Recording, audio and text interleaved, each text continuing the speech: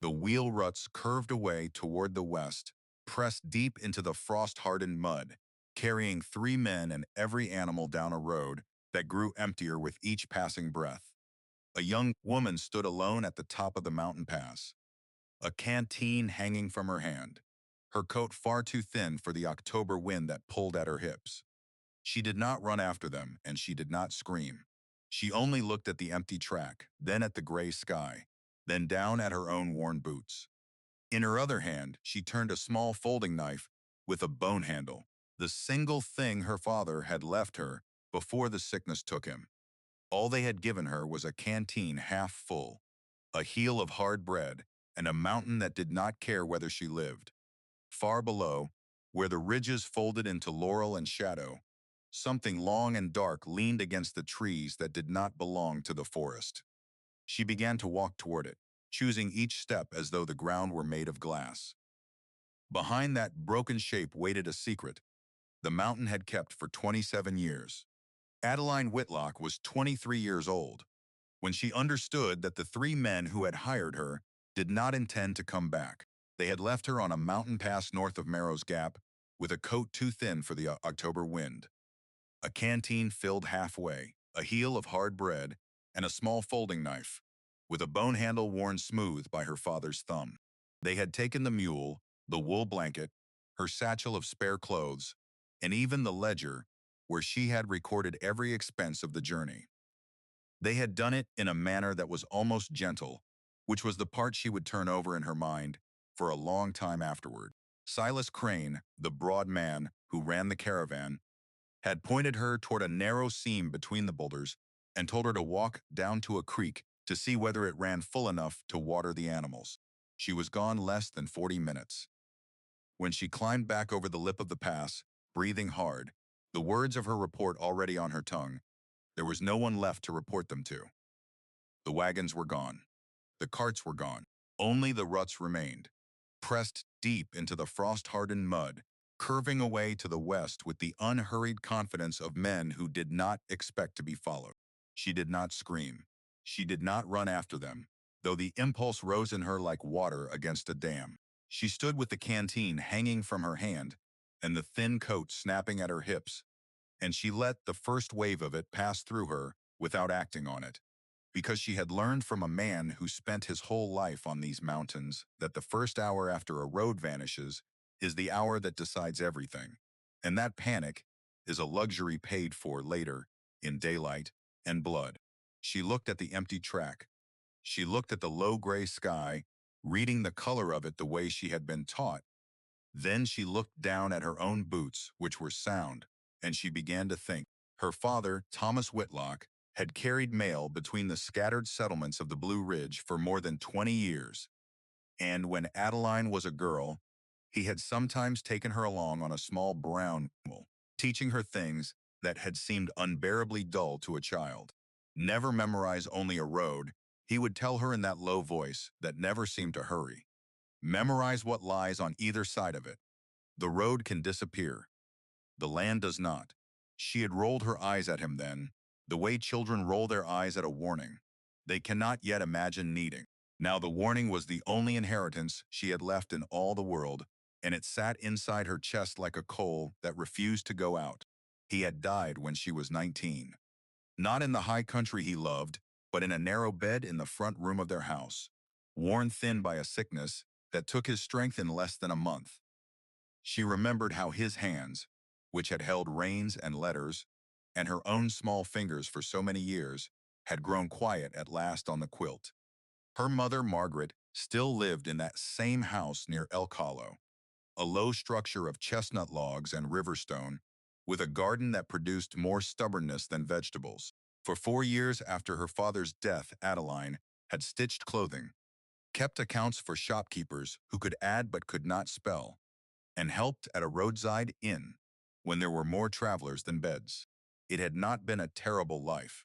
It had simply not been enough of one. On the long evenings, she had felt like a woman standing at a window watching weather she was never permitted to walk out into. So when Silas Crane came through Elk Hollow, looking for someone who could write a fair hand, sum a column without error, and knew the northern roads, She had listened with the careful attention of a person who has learned not to appear too eager. He was a man with a beard gone gray at the edges and a way of smiling that arrived a half-second before it reached his eyes. He spoke of a trading run that would last a few weeks, of pay that was more than she could earn in 3 months of stitching, of the sort of work that suited a clever woman with a steady pen. She told herself she was not desperate. She was only tired of the window. The first days on the road had felt like a door swinging wide. They moved north through the ridges with a heavy freight wagon and 2 smaller carts, and she rode near the front, recording purchases and sales in a bound book Silas handed her each morning. The 2 men who traveled with him, a wiry one called Dell and a slow-moving heavy one called Boone, spoke little to her and much to each other in the low grumble of men who had ridden together a long time. She did her work well. She liked the smell of the pines at dawn, the way the mist gathered in the hollows and burned off by mid-morning. For the first time in 4 years, the coal in her chest flared into something that resembled hope. It was on the fourth day that the numbers began to lie to her. She noticed it the way a seamstress notices a crooked seam, a small wrongness the eye cannot leave alone. Silas would alter the figures on certain crates after they had left a settlement, his pencil pressing over her neat columns hard enough to flatten her letters. A bolt of fine cloth she had recorded as sold to a merchant in a valley town was still riding in the wagon 2 days later, wrapped in the same waxed casing. Then, on a cold morning, 2 chests appeared lashed beneath the freight tarp that had never been entered in any inventory she kept. When she asked about them, keeping her voice as level as a tabletop, Boone told her without looking up from his coffee that her work was to write, not to wonder. She wrote. She also began to watch, which was a thing her father had taught her to do without appearing to. She saw how Silas kept a second pouch of documents inside his coat and never let it out of reach. She saw how all 3 men went quiet whenever they passed a settlement with a courthouse, and grew loud again once the courthouse was behind them. She noticed that the friendliness Silas had shown in Elk Hollow had thinned into a kind of watchfulness, the way a man watches a fire he is no longer sure will stay in the hearth. She said nothing. She simply kept 2 ledgers now, one on paper for Silas, and one in her memory, where his crossings out could not reach. On the morning of the 6th day, while Silas still slept, and the fire had burned down to embers, she found the thing her instincts had been circling. She had knelt to retrieve a drop pencil beneath the seat of the lead wagon, and her fingers brushed something stiff and cool. She drew it out slowly into the gray light. Several wax seals already used, their impressions cracked where they had been pried loose. 3 sheets of delivery papers, bearing signatures that leaned and looped in a hand not quite steady, the same name written 3 times, with the small hesitations of a person copying, rather than signing. She understood in an instant that she was looking at forgery, at theft dressed in the clothing of honest trade, at the reason 2 unclaimed chests had appeared in the night. She put everything back exactly as she had found it, smoothing the papers so their creases fell along the old folds. Her hands were steady. Her mind was not. A woman who has seen the inside of a lie cannot pretend for long that she has not. And men like Silas Crane could read that failure to pretend as easily as she read a column of figures.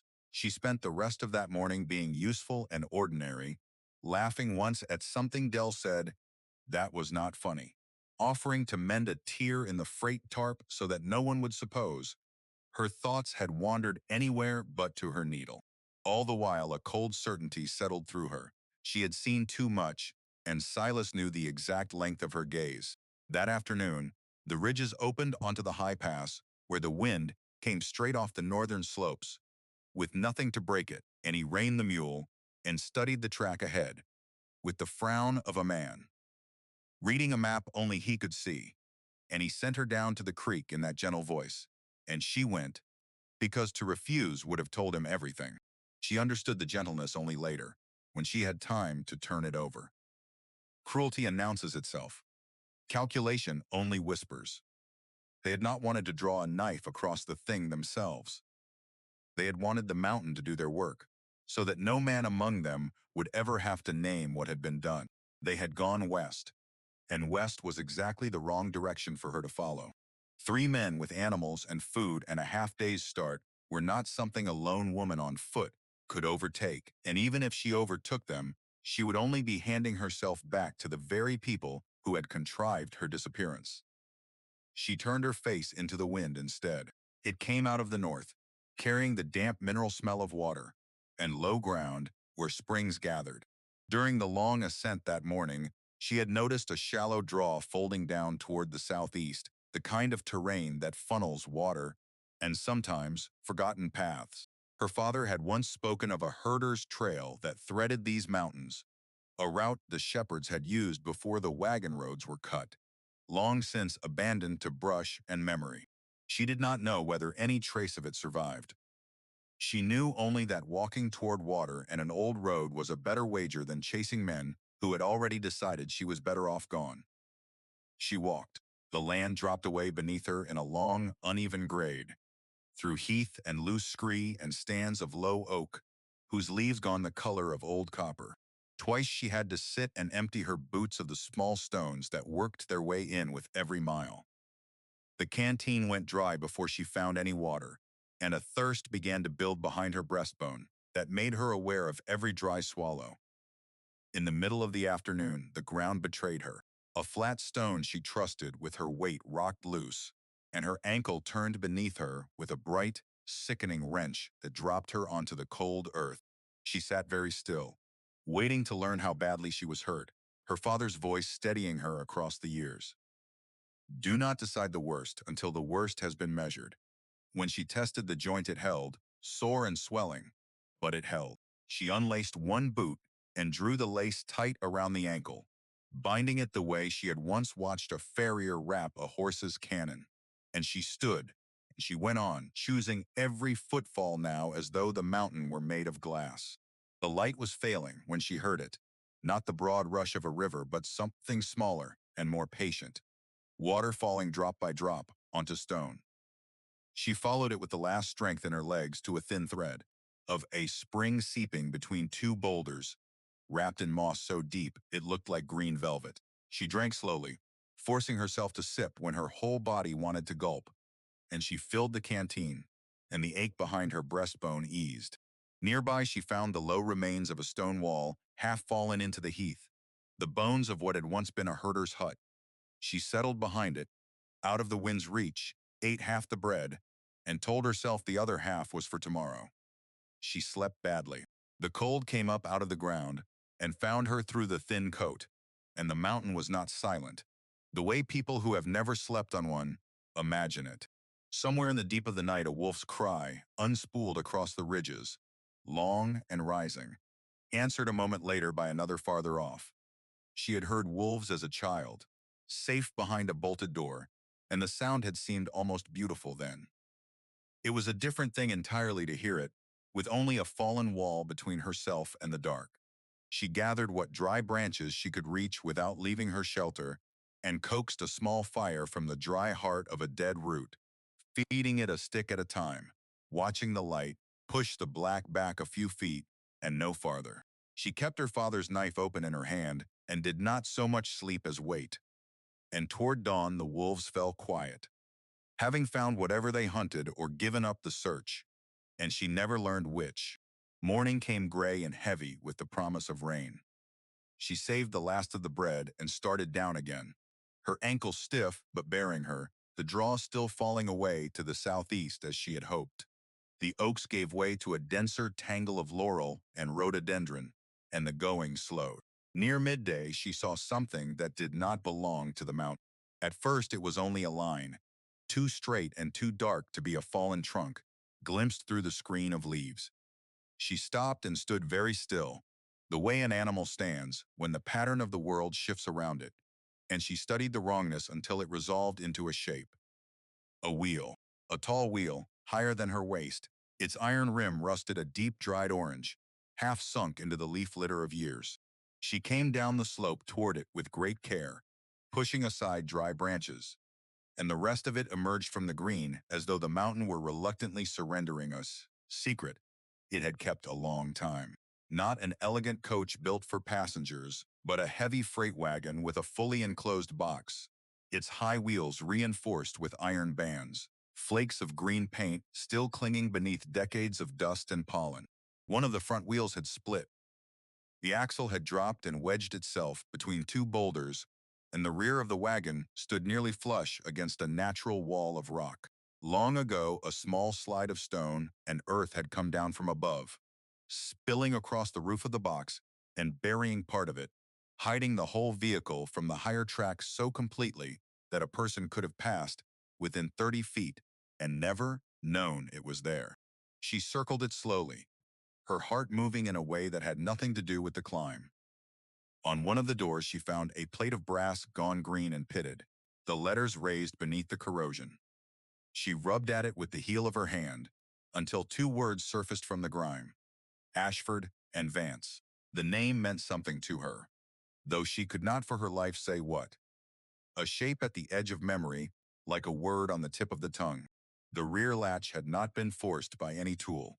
Rust had done the work, eating through the iron until it hung loose in its housing. She worked the point of her father's knife between the metal and the swollen wood, pressing and coaxing rather than forcing gun, until with a sound like a held breath released, the bolt gave, and the door swung outward on hinges that shrieked in the quiet.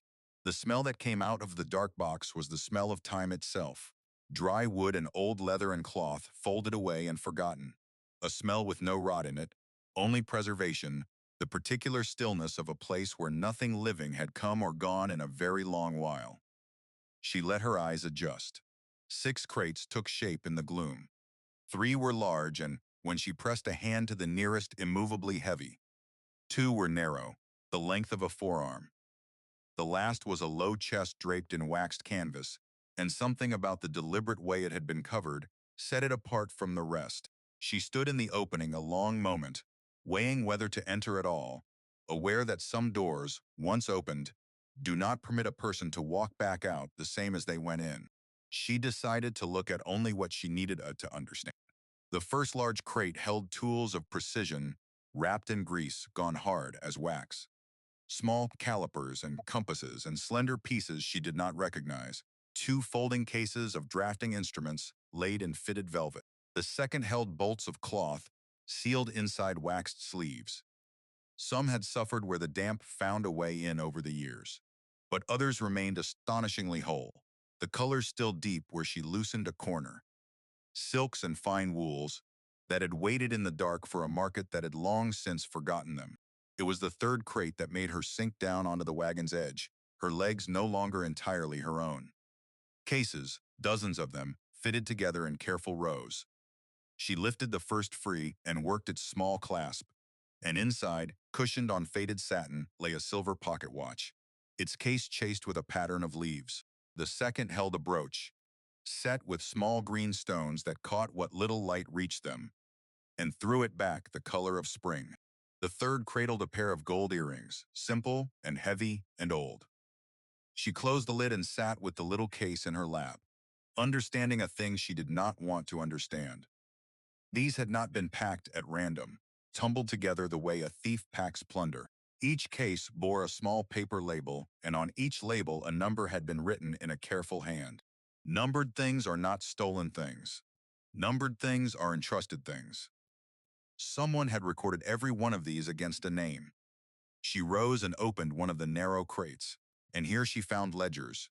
Their leather covers dried and cracked, but their pages intact. The ink faded to the brown of old tea, yet still legible. On the first page, in a formal upright script, was written the name of the concern: Ashford and Vance Trading Company, Richmond. The name struck her memory a second time, harder, and this time it opened.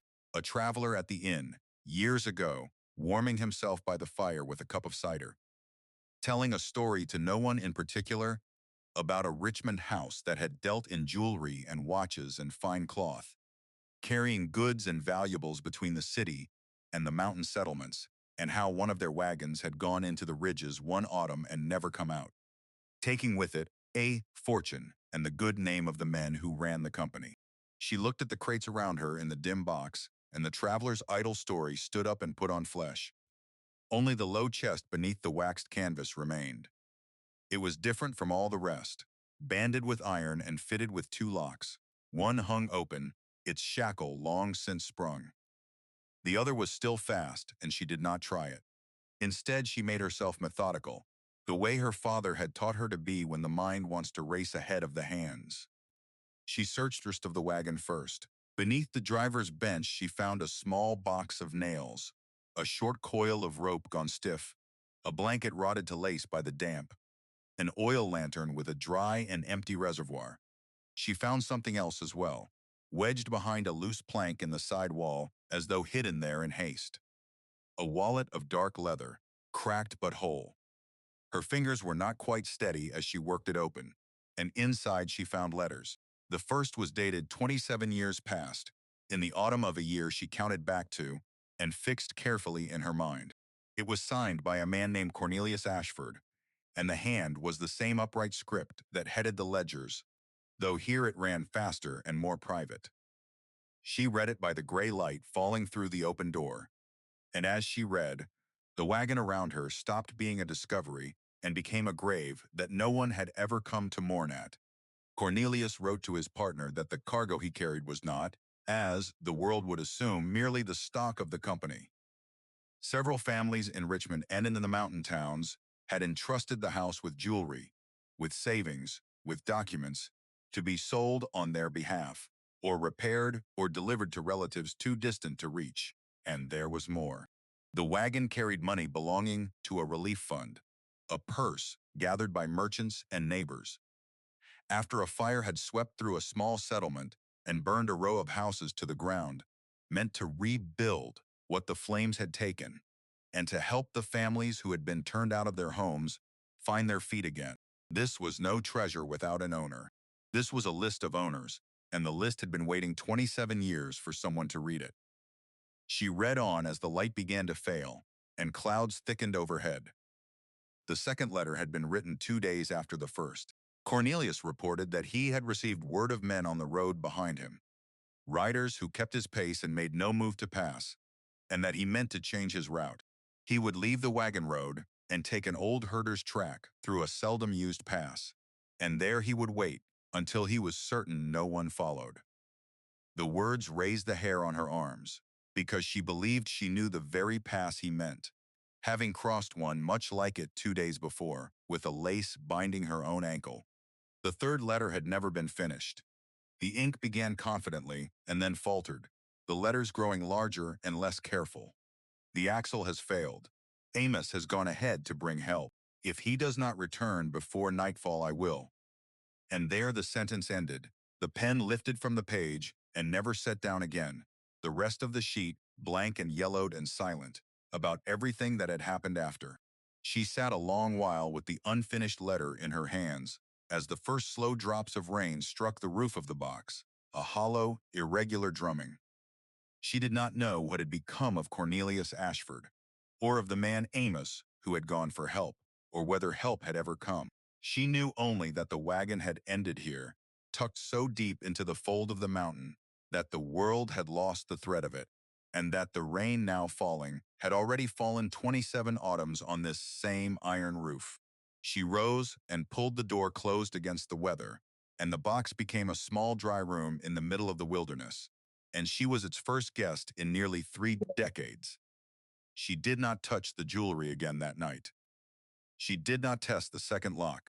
She spread one of the water-stained cloths across the floorboards to keep the cold from seeping up into her, lay down with her back against a crate, and her father's knife within reach, and listened to the rain find every crack in the old roof.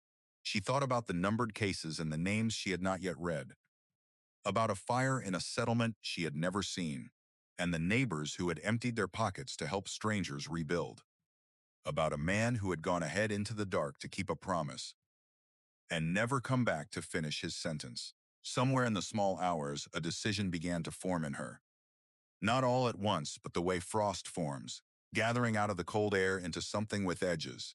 Morning came washed and dripping, the storm blown through, the light in the box gray and clean. She knew what she would not do before she knew what she would. She would not try to carry the cargo out. A lone woman on foot with a turned ankle could not move a fraction of it, and to fill her pockets with watches and rings would be to shrink the whole discovery down to the size of her own greed, to turn a thing that belonged to many into a thing that belonged only to whoever had found it. A fortune that helps only the one who finds it can change a single life. She was beginning to understand that some things are larger than a single life, and that the larger thing was the one worth carrying down. Nor would she leave the wagon unmarked, to sink back into the mountain and be lost a second time. She tore a blank leaf from the back of one of the ledgers, and, with the stub of pencil she had carried in her coat since the first day of the journey, she drew a map.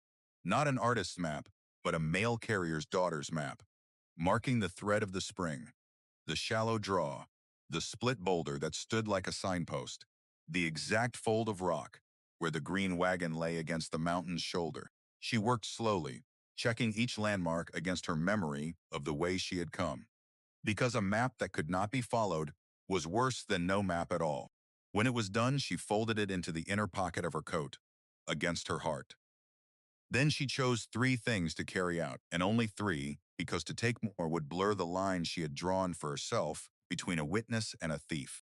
She took the first of Cornelius Ashford's letters, the one that named the fire and the families and the trust.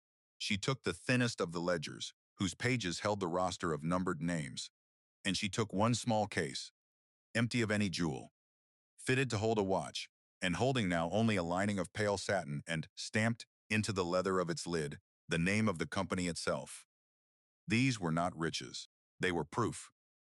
And proof was the only thing she meant to carry down off the mountain.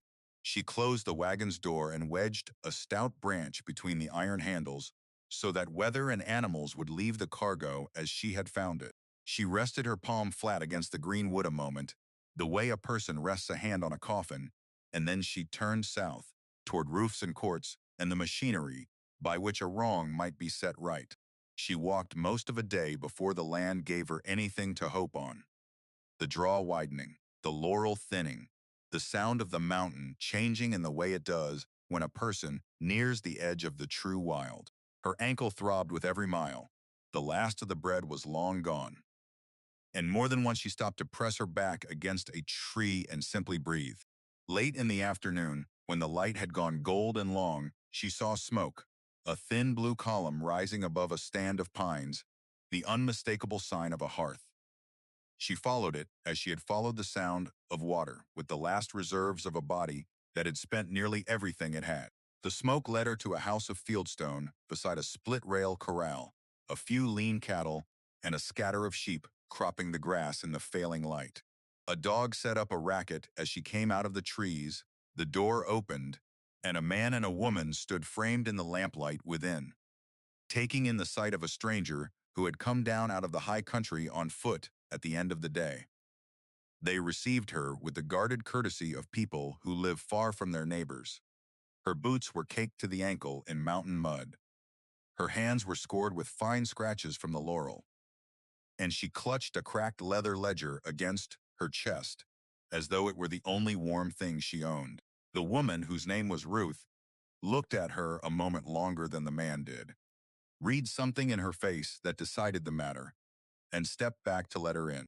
There was a fire and a pot on the crane above it, and the smell of it made her knees weak in a way the mountain never had.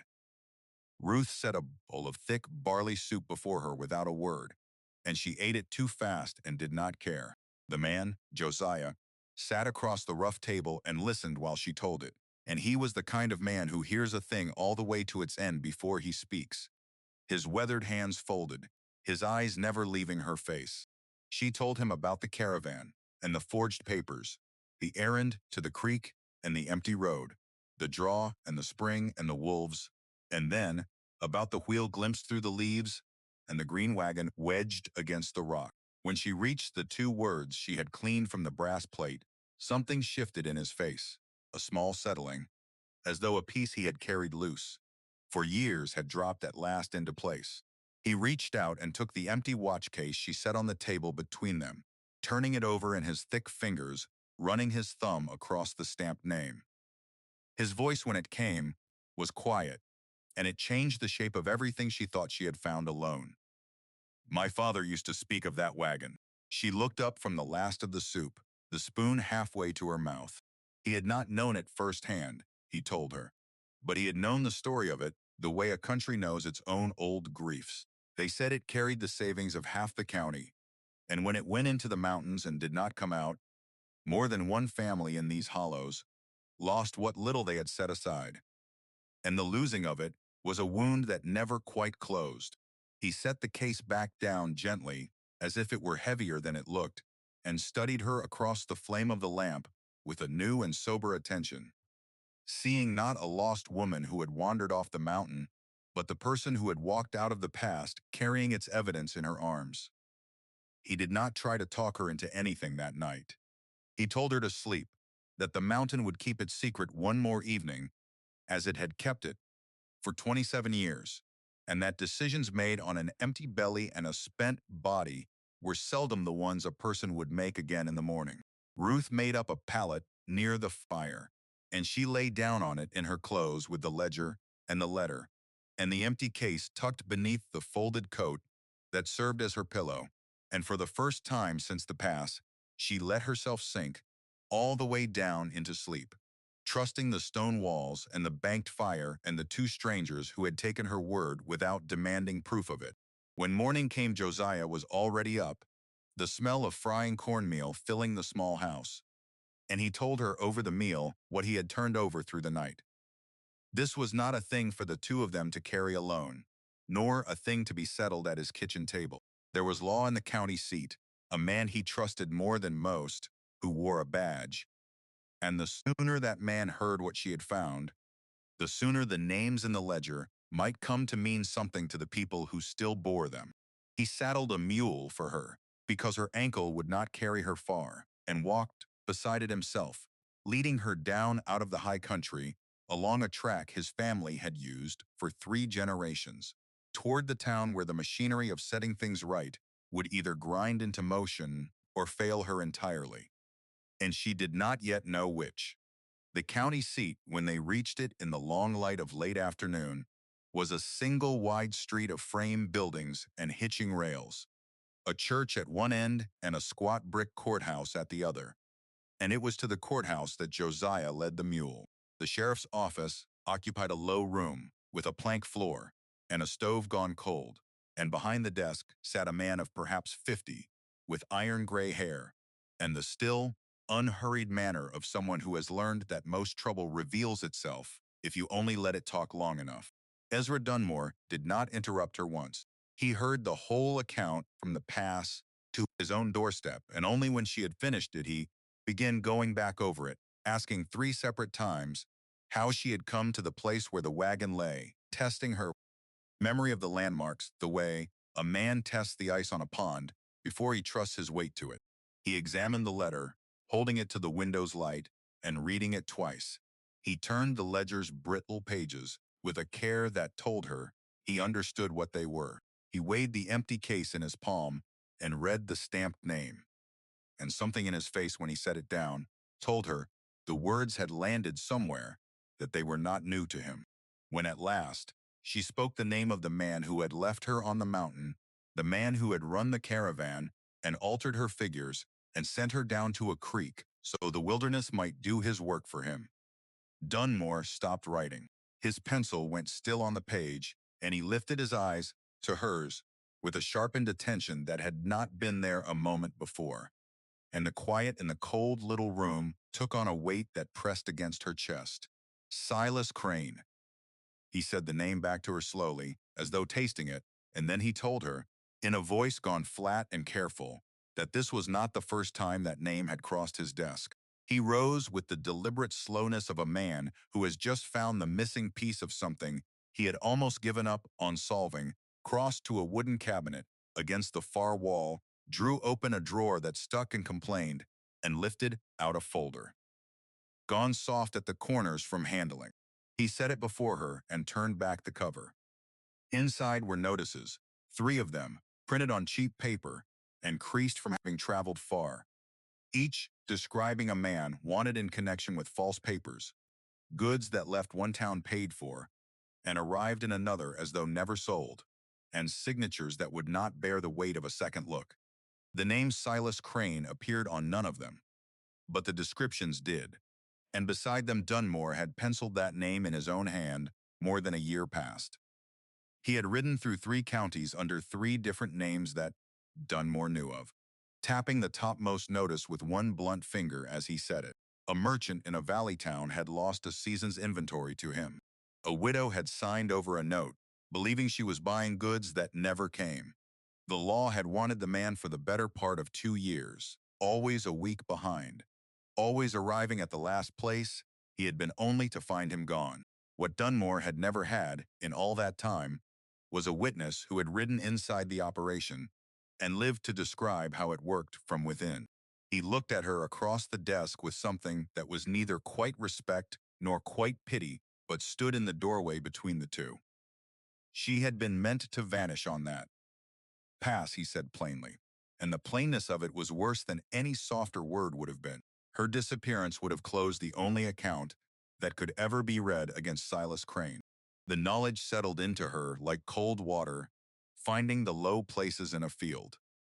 She had understood on the empty pass that the men had left her to the mountain rather than do the thing themselves. She had not until this moment understood the arithmetic of it, that her death would have erased not only her, but the evidence she carried in her memory, the forged seals, and the copied signatures and the 2 unentered chests. She had been not merely abandoned but subtracted, a figure struck from a column so the sum would come out clean. The realization did not frighten her the way it might have a week before. It settled instead into a hard clarity. She had survived the thing meant to erase her, and survival had turned her from a loose end into a witness the whole scheme could not afford, though she did not yet know what that would come to cost. Dunmore wanted the wagon first. Everything else, the pursuit of Crane, the untangling of who owned what, depended on the green box being real and found where she claimed, and a lone woman's account, however steady, was not a thing a court would move on until other eyes had seen it against the rock. He would raise a party, deputize 2 men he trusted, and send word to the court of the judicial district. For a discovery of this size touched matters larger than a county sheriff could dispose of. Alone, she would have to guide them back. He said it as a certainty, not a request, and she nodded, though the thought of climbing again toward that fold of the mountain sent a dull ache through her bound ankle. Josiah, who had waited by the cold stove through all of it, spoke for the first time to say that his mule was theirs for as long as the business took, and that he would ride along himself, for he knew the low country between his farm and the high draw better than any man they would find in town. 2 days passed before the party could be assembled, days she spent in a room above the general store that Dunmore arranged for her, days in which her body finally understood how far it had been pushed and demanded payment for the journey. She slept a great deal. She ate what Ruth sent down from the farm and what the storekeeper's wife carried up the stairs, and she felt her strength return in slow increments, the swelling in her ankle going down enough that she could set her weight on it without the sharp warning that had accompanied every step off the mountain. She used the waking hours to study the ledger she had carried out, reading the roster of numbered names by the light of the window, the names of families she had never met, reading them the way a person reads a list of the drowned, with the sense that each one had once belonged to a face that had waited at a window for something that never came. On the 3rd morning they rode out, 6 of them.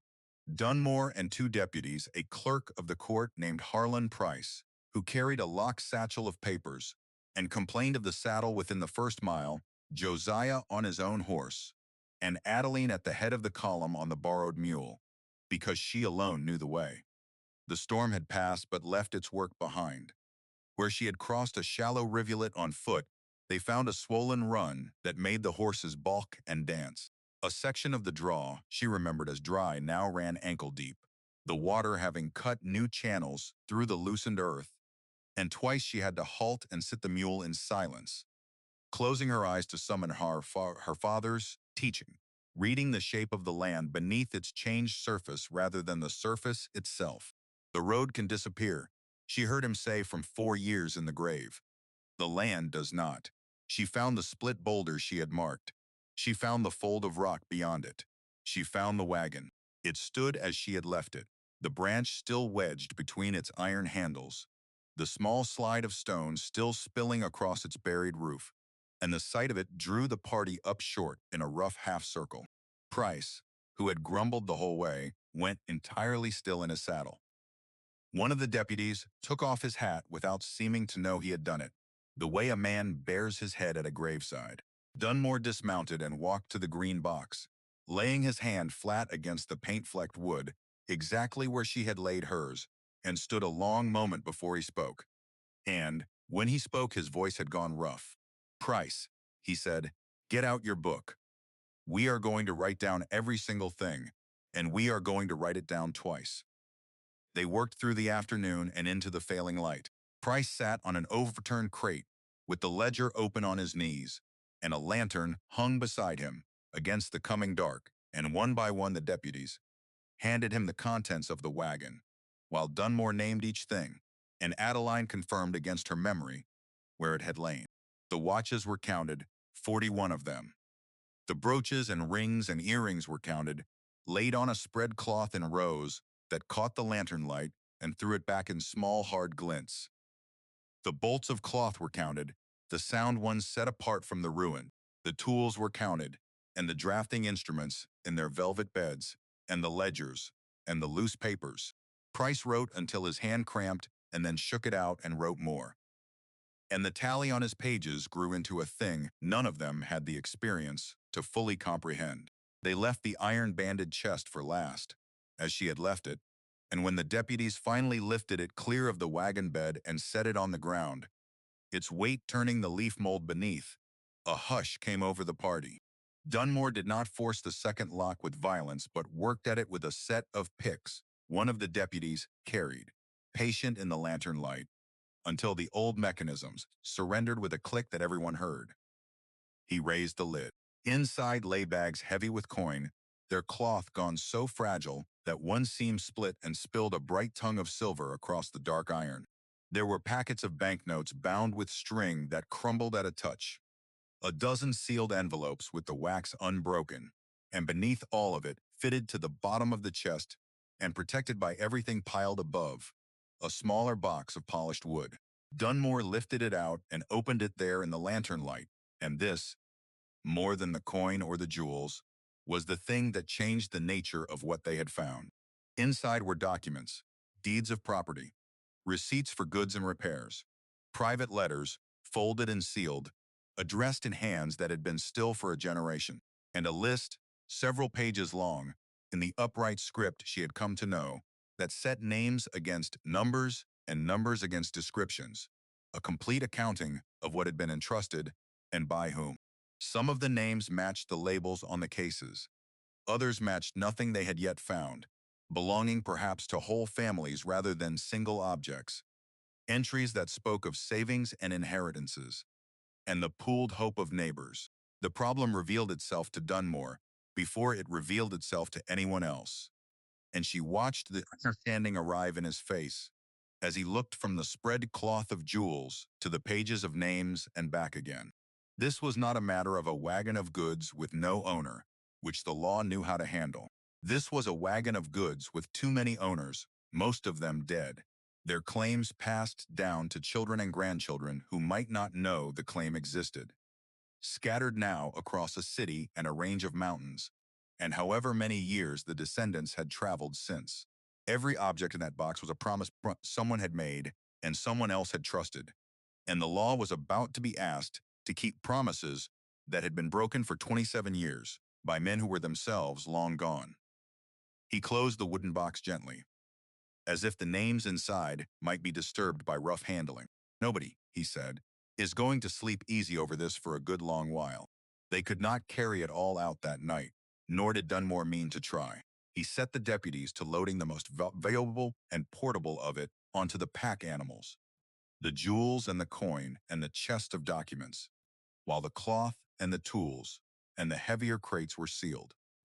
Back inside the wagon, under his official notice, the door closed and marked, a thing now under the protection of the court rather than the mountain.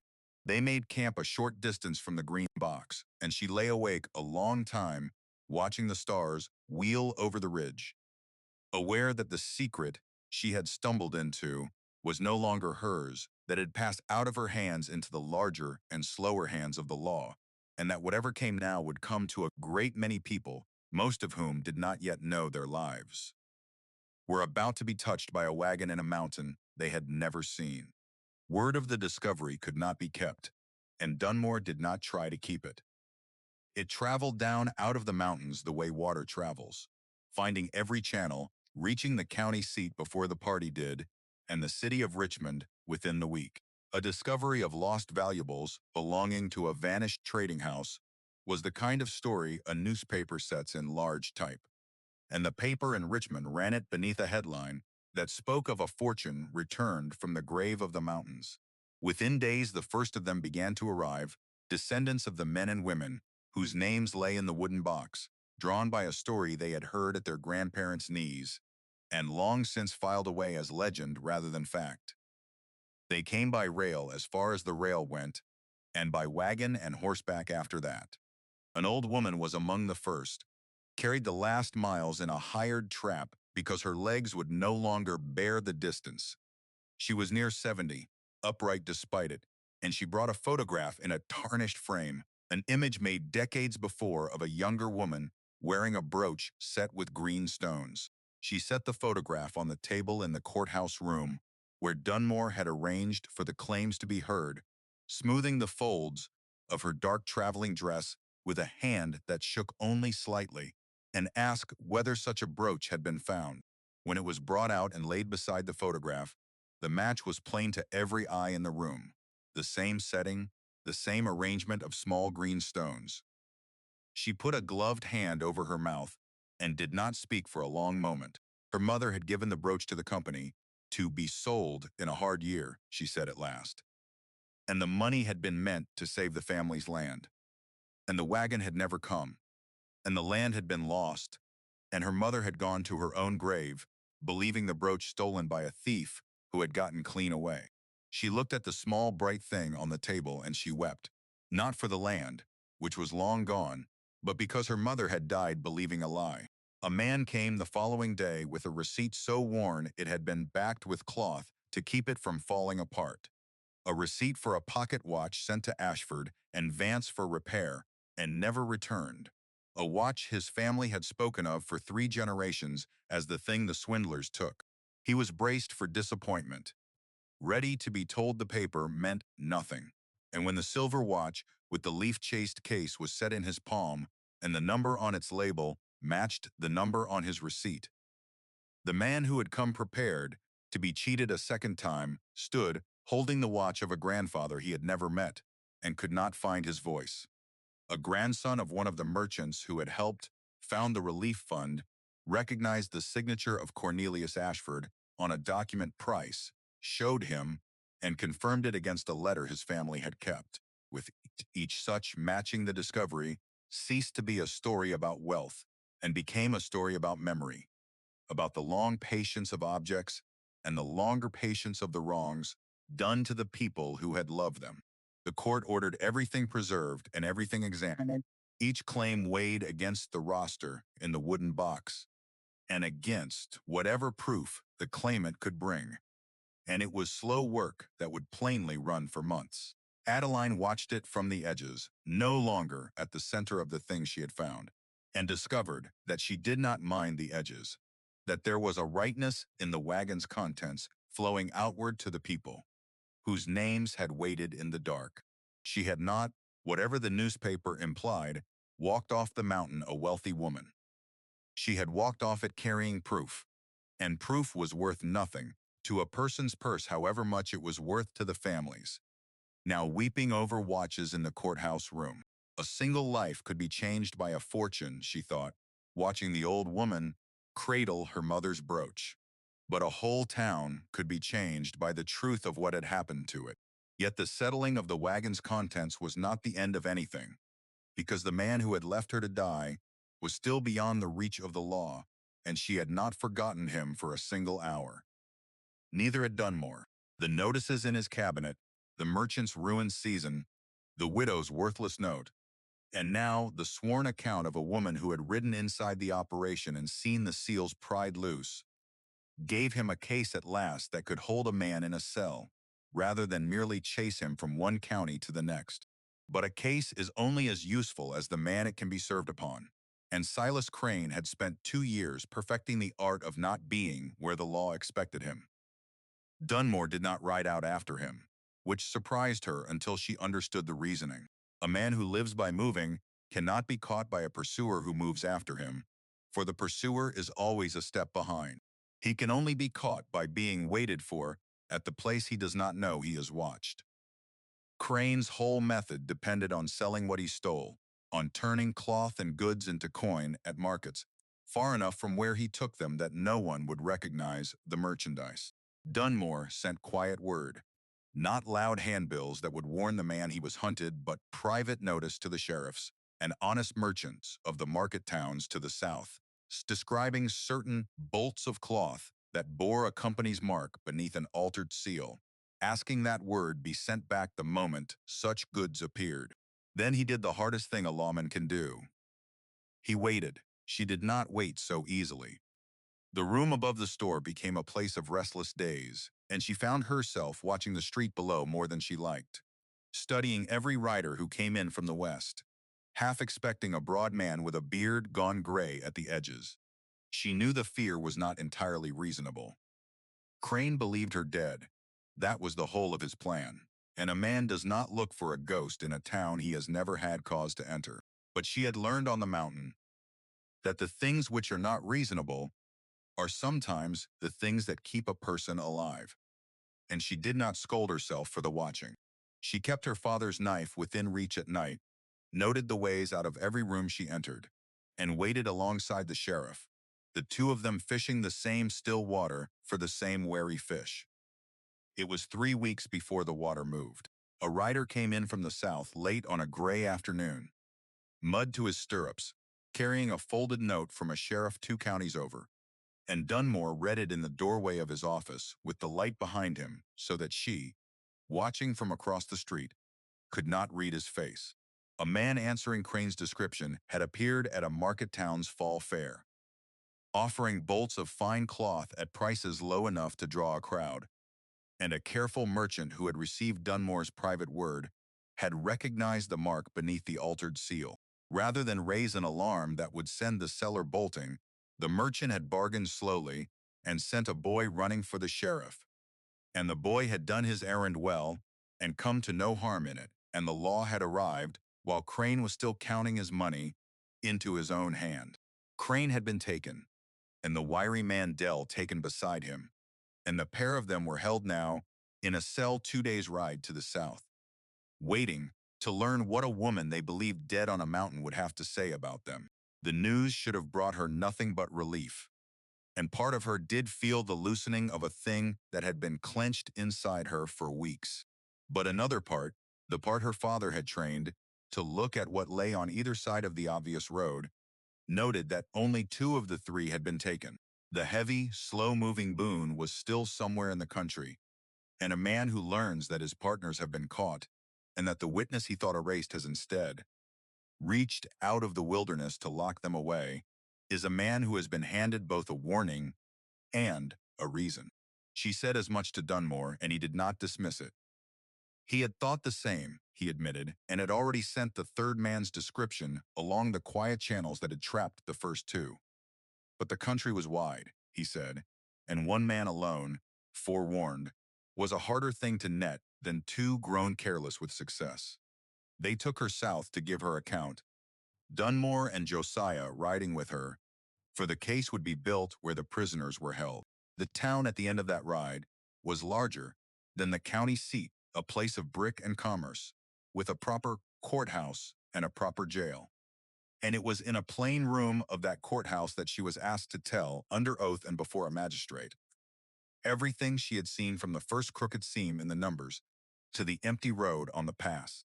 She told it without ornament and without heat, the way her father had told the weather, laying out the altered figures and the unentered chests, The wax seals pried loose beneath the wagon seat, the 3 copied signatures, the errand to the creek, and the ruts pulling west.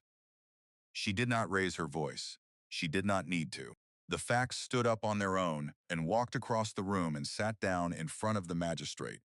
And there was nothing Silas Crane could say against a woman who was simply describing what she had seen.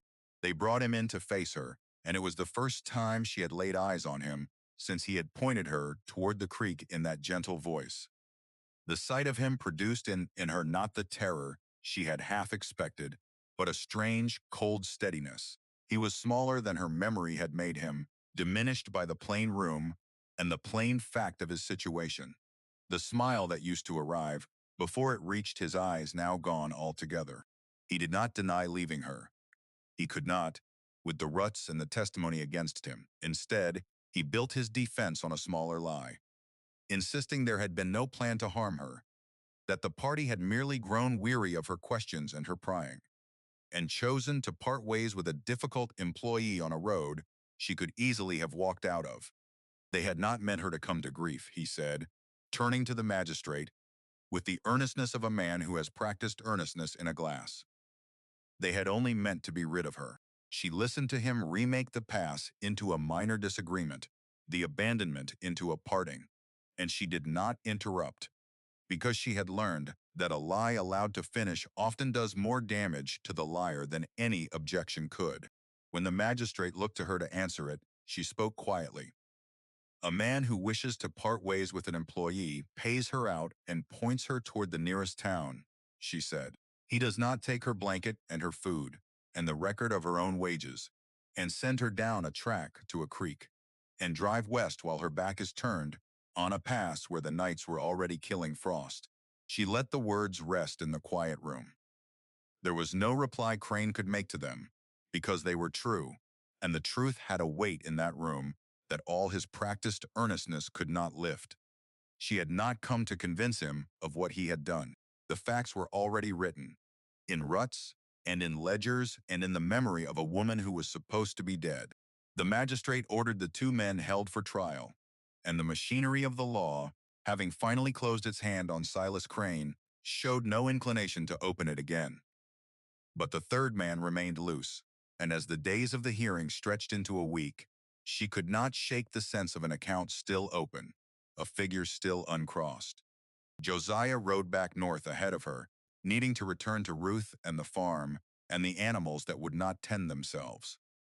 He pressed her hand before he went and told her she was welcome under his roof for as long as she had need of one, which was the nearest that plain man came to saying he had grown to think of her as kin. Dunmore stayed a few days longer to see the prisoners properly committed, and she waited to travel back with him rather than make the road alone, a caution that would have embarrassed her a month before and now seemed only sensible. She used the waiting days to sit with Harlan Price, who had been set the enormous task of matching the wagon's contents to the roster of names, and found that her years of keeping accounts for shopkeepers made her useful to him in a way that surprised them both. She could read the old script. She could hold a column of figures in her mind. Without quite deciding to, she began to make herself part of the work of returning what had been lost. It was in the course of that work that she came upon the thing that stopped her cold. Price had spread the contents of the wooden box across 2 tables, sorting deeds from receipts from private letters, and among the loose papers was a sheaf of the company's own business records, invoices, and orders that had traveled with Cornelius Ashford on his last journey. She was reading through them to see whether any bore names that matched unclaimed cases when her eye caught on an invoice near the bottom of the sheaf. An order not for goods carried, but for the wagon itself. The very vehicle that had lain 27 years against the mountain's shoulder. It had been commissioned from a wheelwright's shop, built to the company's specification, heavy and iron-bound for the mountain roads, and paid for in full some years before it made its final run. She read the invoice idly at first, and then not idly at all, because at the bottom, in the space where the maker had set his name, was written a name she knew better than her own. Elias Whitlock. The letters swam for a moment before her eyes and then held still, black and certain on the yellowed page. Whitlock. Her own name, her father's name, and before her father a man she had never met, a grandfather who had died before she was born, and of whom her mother spoke only in the vaguest terms. A man who had worked some years building wagons in Elk Hollow, before turning to the mending of farm tools, and then to the grave.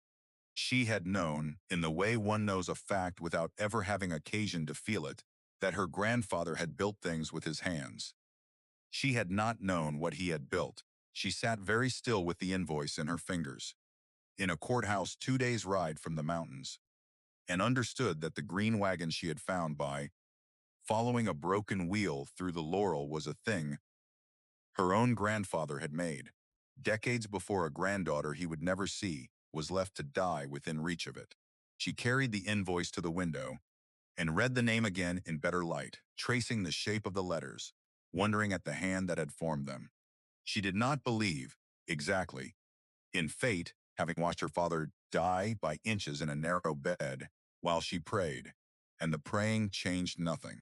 But she could not shrink a thing this strange down to the size of chance either, and she stood at the window a long time turning it over, neither believing nor disbelieving, only marveling. When she told Dunmore that evening, his weathered face went still in the way she had come to recognize as the sign of his full attention.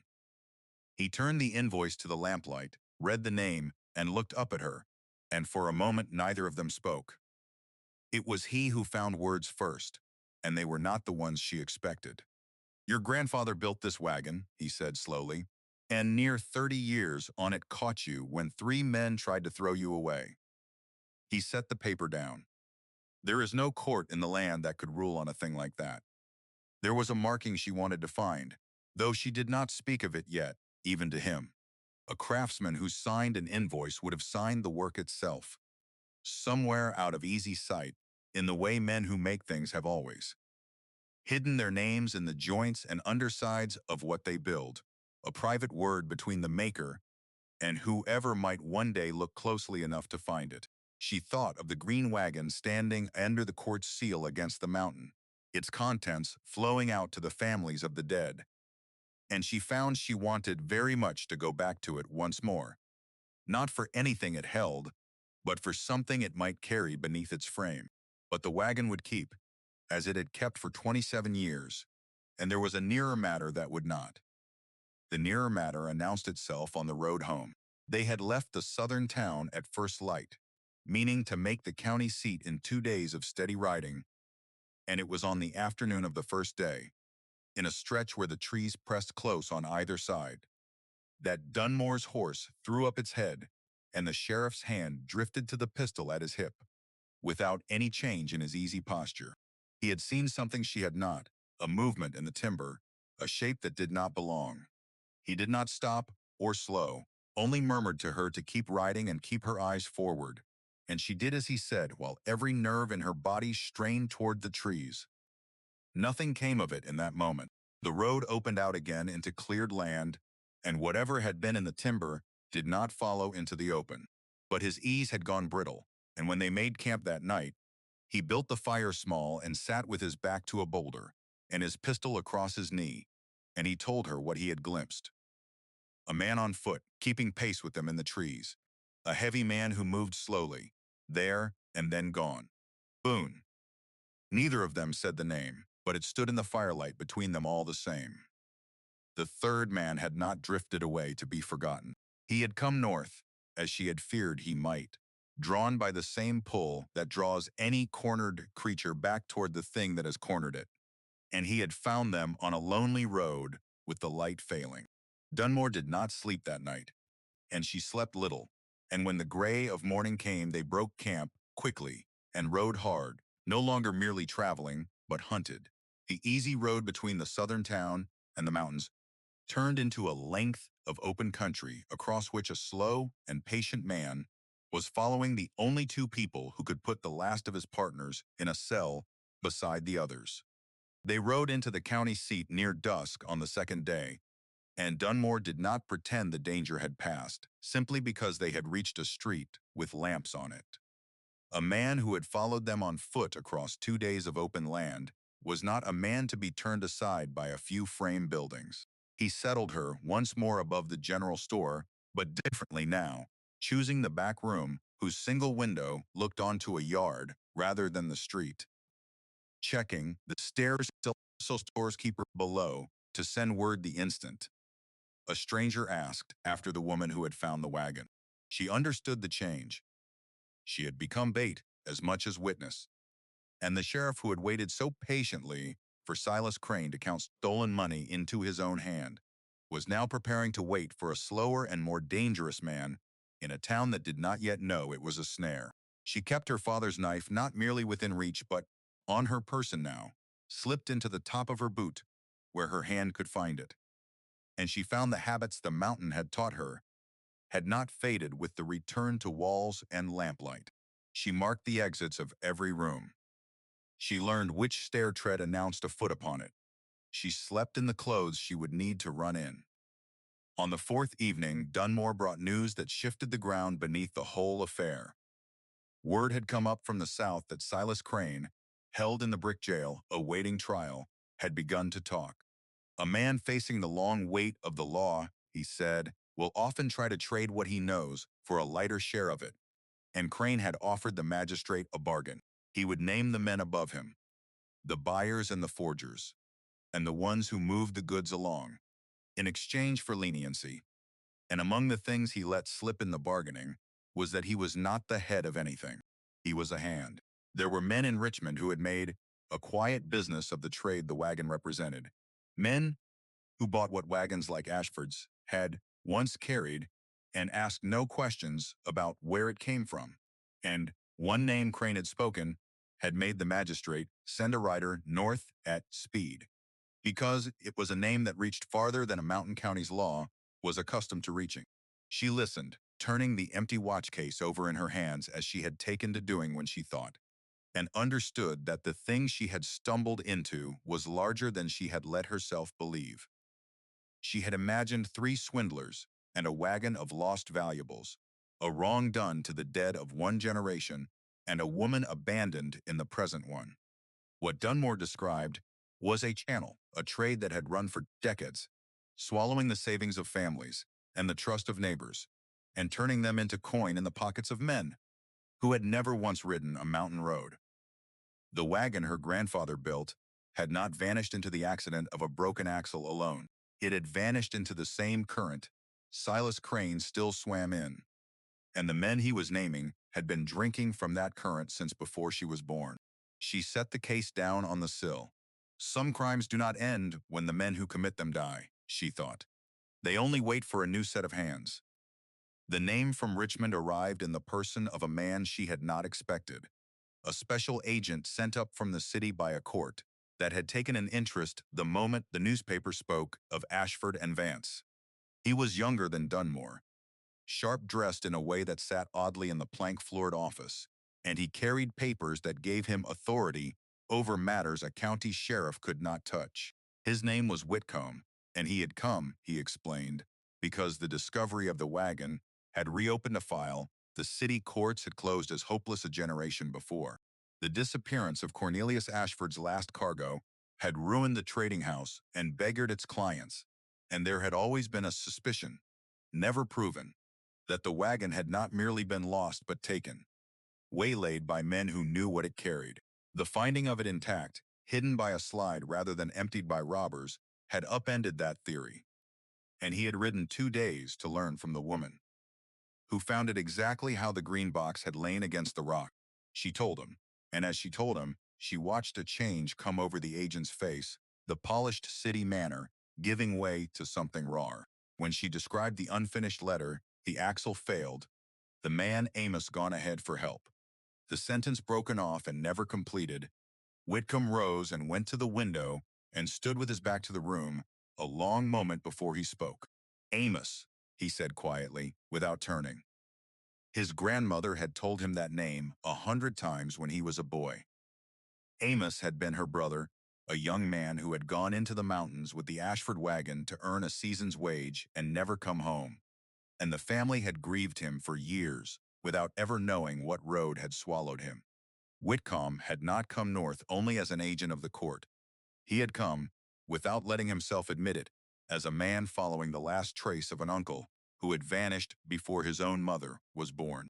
The revelation changed the temper of the room, making plain that the wagon was not one family's wound, but a net of them, spread across a city and a range of mountains and 3 decades, catching the descendants of everyone it had touched. He wanted to see the place where the letter had been written, the fold of rock where his great-uncle had last set pen to paper before walking out of the record of the living. Dunmore was reluctant, with Boone still loose in the country, but the agent carried authority the sheriff could not refuse. And there was, besides, a case to be strengthened, for the respectable men Crane had named in Richmond would be harder to reach if the physical evidence of the wagon were not documented by a court's own agent. They would ride to the Green Box once more, a small party, well armed, and she would guide them. Because she remained, after everything, the only one who could find the way without fault. She did not want to go. She admitted it to herself in the dark of the back room the night before they left, lying awake with the knife against her ankle. The mountain had nearly kept her once, and returning to it, while a patient and vengeful man moved, somewhere in its lower country was a risk. Her father's teaching told her to weigh with care. But she also knew the wagon had become the center around which everything turned. The fixed point, the law and the grieving descendants, and even Boone himself were circling, and that to stay away from it was not to be safe, but only to be absent from the place where the matter would be decided. If Boone meant to reach her, he would reach for her wherever she was. Better to be where she could read the country around her, where the skills the mountain had drilled into her would count for something, than to sit in a back room waiting for a stair tread to announce him. They left before light, 5 riders. Whitcomb and Dunmore, 1 deputy, a man from the city who had come north with the agent, and Adeline at the front on the borrowed mule. The cold had deepened while she waited in the town, and the high country, when they reached it, wore the first true frost of the season. The heath silvered with it, the puddles in the draw skinned with ice that cracked under the animals' hooves. She read the changed land carefully, for frost hides some landmarks and reveals others. But the split boulder stood where it had always stood, and the fold of rock beyond it held the green wagon as it had held it for 27 years and more.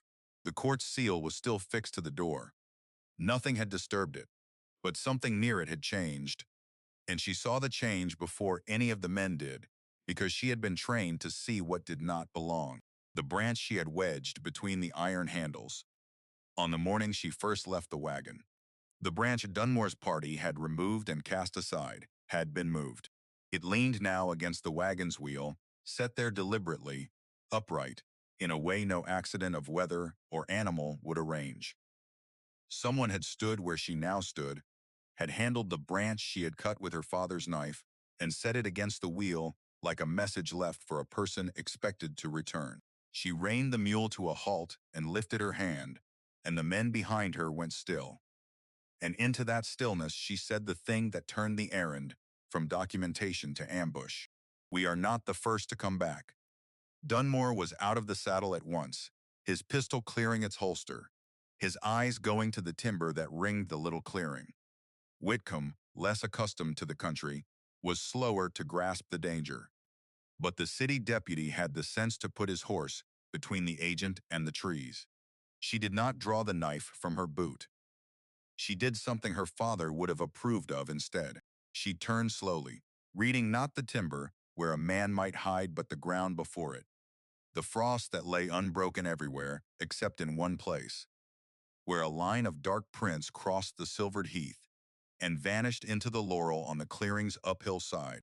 Heavy prints set deep and close together, the tracks of a big man who moved slowly and carried weight. She had followed that gait across 2 days of open country in her mind without ever seeing the man who made it. Now it lay pressed into the frost before her, fresh enough that the ice had not yet begun to fill the depressions. He was above them. That was the whole of it, spoken in the language of the tracks. Boone had reached the wagon before them, had waited, had grown cold or wary, and had withdrawn uphill into the laurel where he could watch the clearing without being seen, and the branch against the wheel was either a taunt or a mistake, a thing a lesser mind did to announce a presence a wiser one would have hidden. Dunmore read the situation the moment she pointed out the prince, and his response was not to charge the slope, which would send his men blind into cover a waiting man had chosen, but to pull them back, to put the solid bulk of the wagon between the party and the uphill trees. He had hunted men before. He knew the one who moves first into another man's chosen ground is the one who pays for the ground, and he had no intention of paying. What followed was not the swift violence the city men seemed braced for, but something slower and more testing. A contest of stillness in the frozen clearing with the green wagon at its heart. Boone was above, unseen, and would not show himself to guns he could not match. Dunmore was below, sheltered, unwilling to climb into the laurel after a man who knew exactly where he was, and could not himself be found. The two held the clearing between them like a held breath, and the cold pressed down, and the frost that had betrayed Boone's path began, minute by minute, to fill his tracks and erase the one advantage the party held. She crouched behind the iron-bound wheel with the men and understood that waiting favored the man in the trees, that every hour the light and the cold worked on the party's resolve while Boone, who had chosen this, simply endured. It was she who broke the deadlock, and she broke it with the mountain rather than with a gun.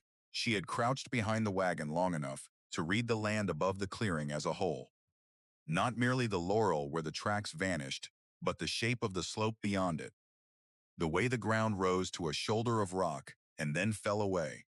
The single seam of open ground a heavy man would have to cross if he meant to circle down on them from a new angle, rather than sit in the cold until dark.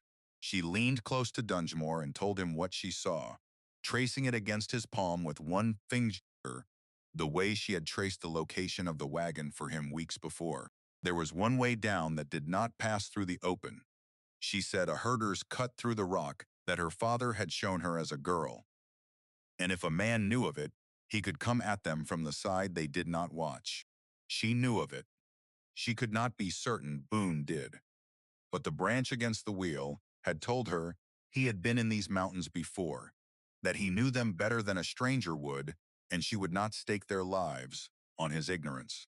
Dunmore made a decision she recognized as the same kind she had made on the past weeks before, the decision to act while action was still possible, rather than wait until the choice was made for her. He would not sit and let the frost fill the tracks and the light fail, and hand the night to the man who wanted it. He sent the city deputy in a slow, screened crawl to the downhill edge of the clearing to watch the seam of open ground she had named, and he himself, with Whitcomb, prepared to hold the wagon, and he asked her to do the one thing only she could do, which was to guide the deputy to the mouth of the herder's cut without either of them being seen. It was the most dangerous task of the day, and he did not pretend otherwise. He looked at her in the gray light and told her she had already done more than any court had a right to ask, that no one would fault her for staying behind the iron of the wheel. She checked the knife in her boot. Faulting me was never the thing I was afraid of, she answered, and she went. She led the deputy in a long, low arc around the clearing's edge, keeping to the ground where the frost had not settled, the shadowed lee of boulders where a moving shape would not stand out against the silver. It was slow, breathless work that took the better part of an hour to cross a distance a man could walk upright in 5 minutes. She used everything her father had given her, setting each foot where the deputy could set his, choosing ground that would not crack or slide, reading the wind so it carried their small sounds away from the uphill trees. Twice she stopped them for long minutes, sensing a wrongness she could not name, and both times it resolved into nothing, a bird shifting in a branch, a stone settling. When at last she brought the deputy to the mouth of the herder's cut, the narrow seam of rock she had described, she found what she had feared and hoped in equal measure. The frost within the cut had been broken. A heavy man had passed through it, and not long before. Boone had known the cut. He had not sat in the cold, waiting for the party's nerve to fail. He had used the hour of the standoff to move, to circle by the very route she had feared, and the broken frost showed he was no longer above the clearing at all but somewhere along the flank of it, working toward the downhill side where Dunmore believed the party sheltered and safe. The realization struck her with the force of a missed step. The whole careful arrangement, the sheltering wagon, the held clearing, all of it assumed Boone was still above, and he was not. He was coming down the side, and the men holding the wagon had their backs half turned to the direction he would come from. And there was no way to shout a warning across the clearing without giving Boone the same knowledge and the same target. She made a choice in the space of a breath, the kind her father had told her. The mountain would one day demand, when the road vanishes and there is no time to find a better one. She could not cross the open to warn Dunmore. She could not fire a gun she did not carry. But she knew this ground, as Boone did not quite know it despite his cunning. Knew that the cut he had taken opened onto a short ledge before it dropped to the clearing's flank, and that a person who reached the head of that ledge from above could close it, could put herself in the one place a heavy man moving downward would have to pass. It was not courage that moved her, or not only courage. It was the plain arithmetic of the moment, that she was the only one positioned to do the thing that needed doing, and that to hesitate was to hand the choice to the man with the grudge. She sent the deputy hard and low toward the wagon to warn the others by the long way around, and she went up, alone, toward the head of the ledge.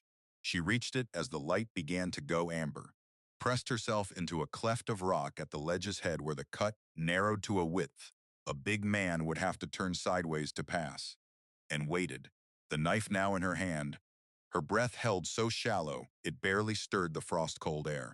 She heard him before she saw him, the scrape of a heavy boot on stone, the labored breath of a man who moved slowly because his body gave him no choice. And then he was there, filling the narrow seam, close enough that she could see the gray stubble on his jaw and the dull, fixed purpose in his eyes, a man who had walked north across 2 days of open country and up a frozen mountain for the single of undoing the woman who had lived when she was meant to die. He did not see her in the cleft. His whole attention was fixed downhill, on the clearing and the wagon and the men whose backs he meant to reach.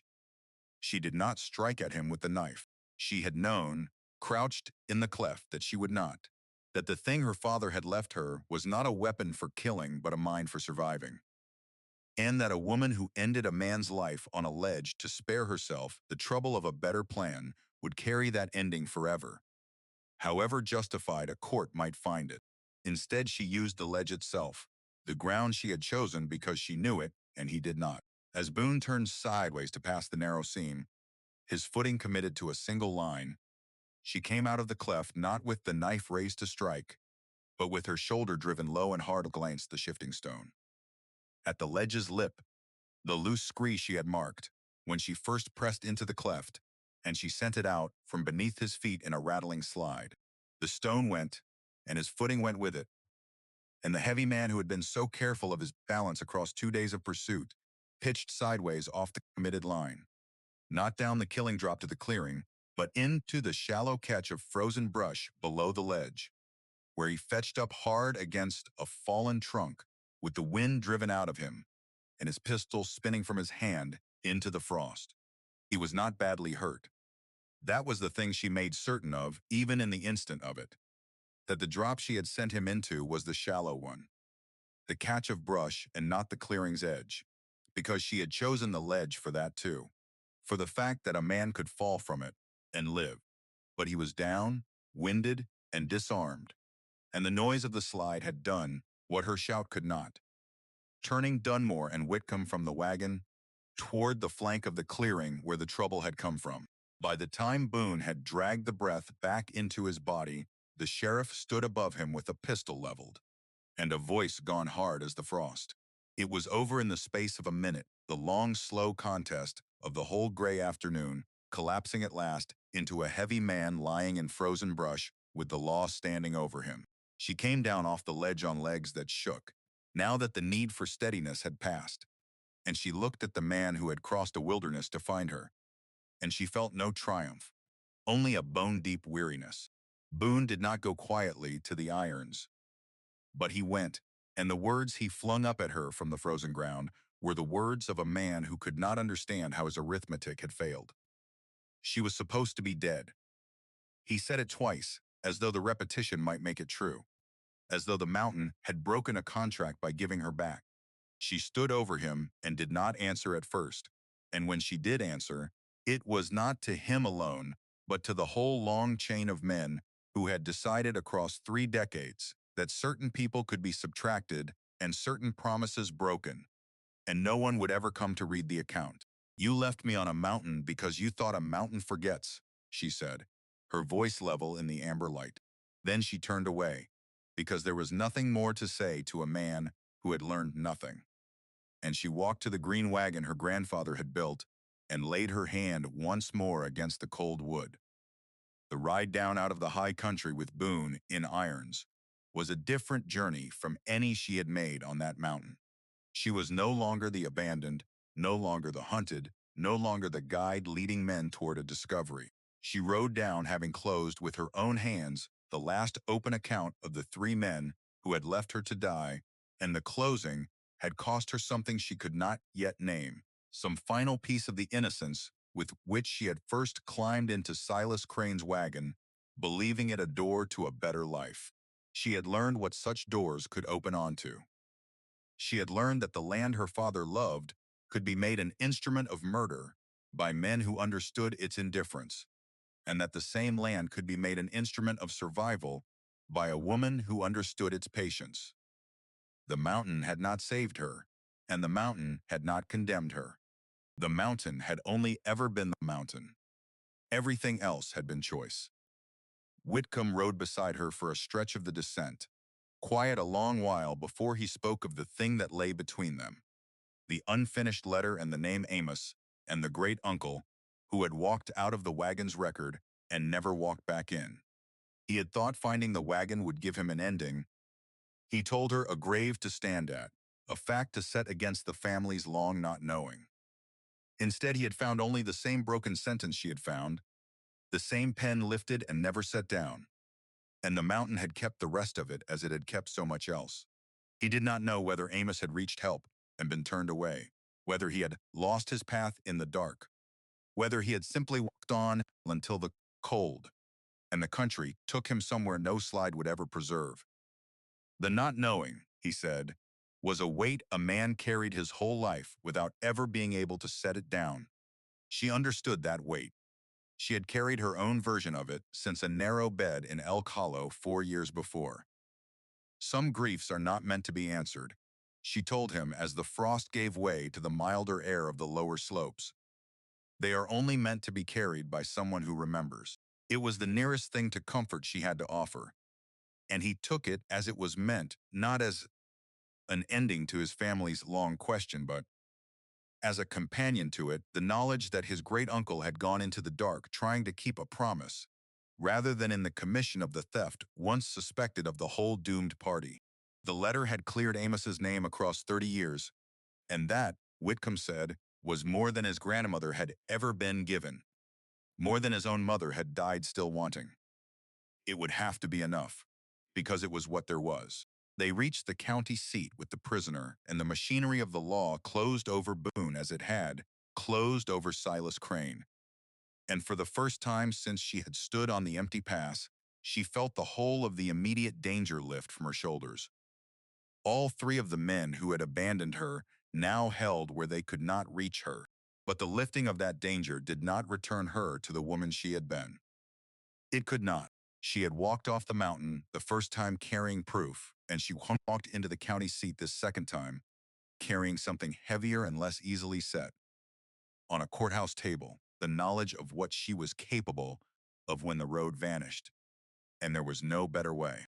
She had sent a man off a ledge with her own shoulder to save the lives below, and chosen the shallow drop over the deep one in the same breath she chose to act at all. She would not have done otherwise. But she understood now, as she had not in Elk Hollow, that surviving is a thing that changes the one who does it, that a person does not come back from the edge of being erased and remain entirely who she was. Whitcomb stayed a week, drawing up the documents that would carry the case of Ashford and Vance to the city courts. And in that week, the shape of the larger reckoning began to emerge.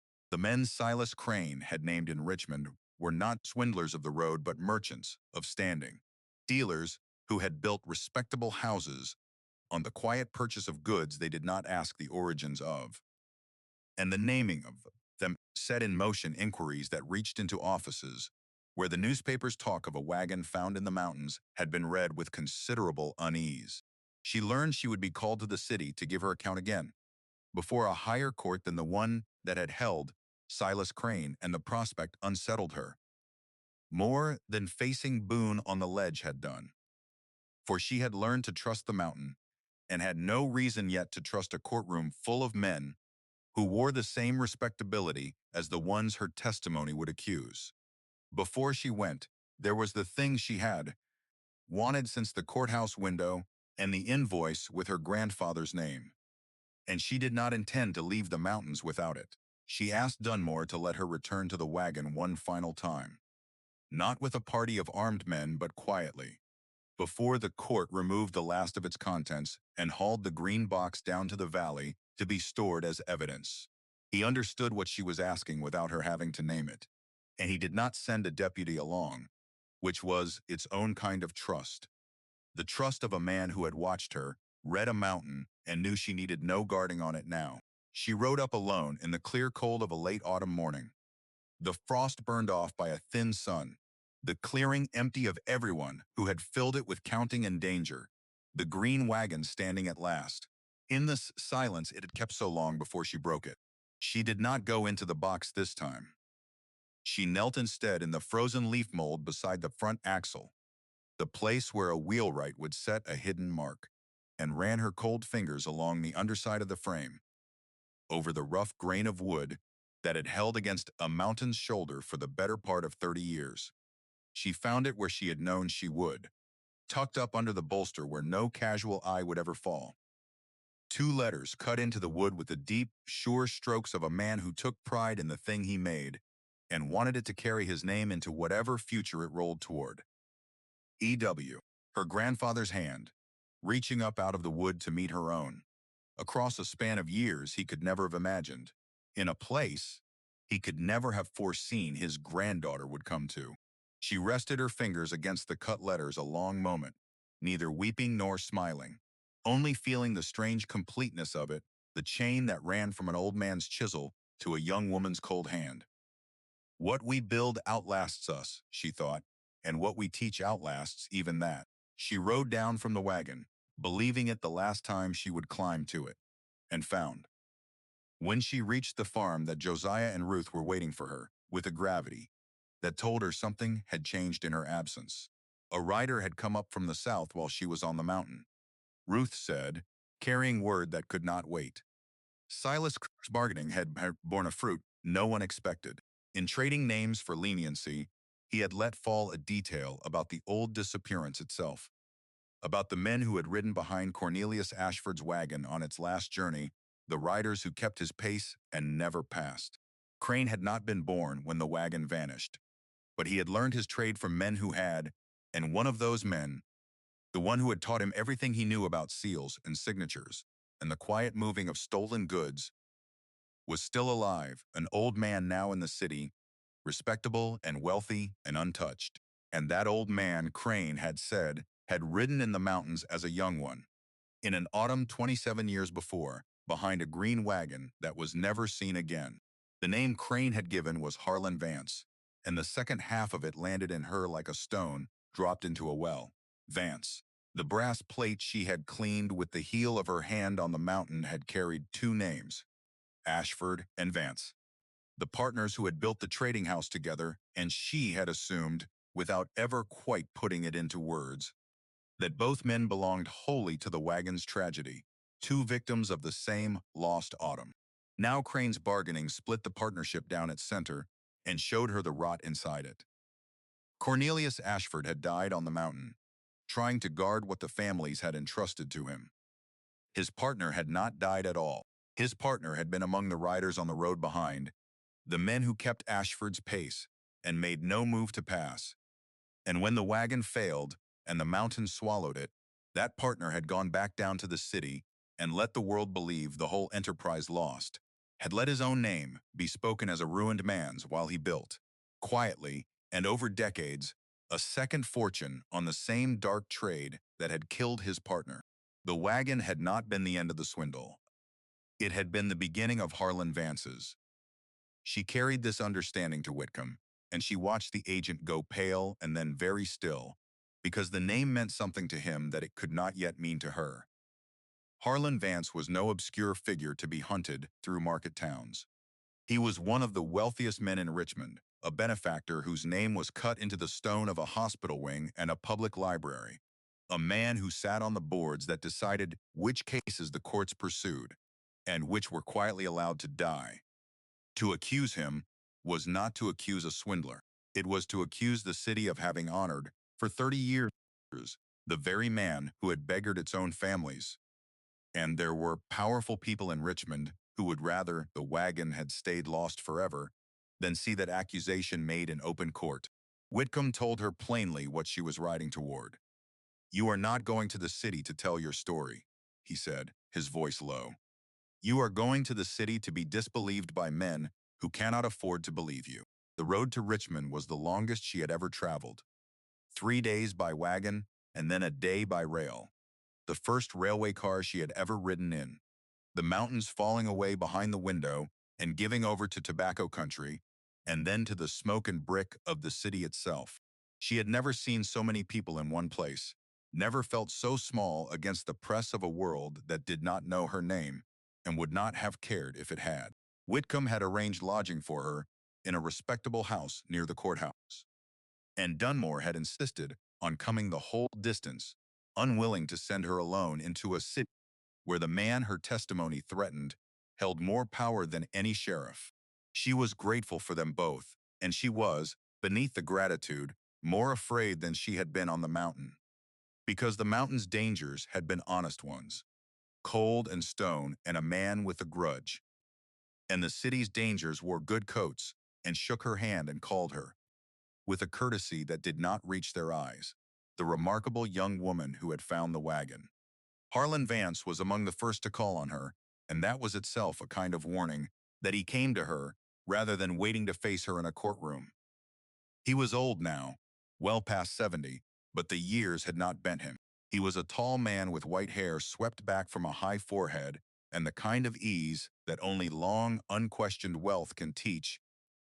And when he took her hand between both of his and told her how the whole city grieved for what she had suffered on that terrible mountain, she understood that she was being measured, that behind the warm gray eyes, a mind was calculating exactly what she knew, and exactly what it would cost to make certain she never said it in a place that mattered.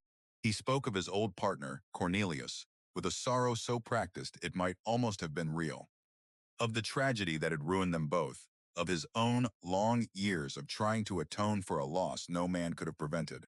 He had come, he said, to offer her whatever assistance a grieving old man could provide, and to see with his own eyes the brave soul who had brought a piece of his lost partner home at last.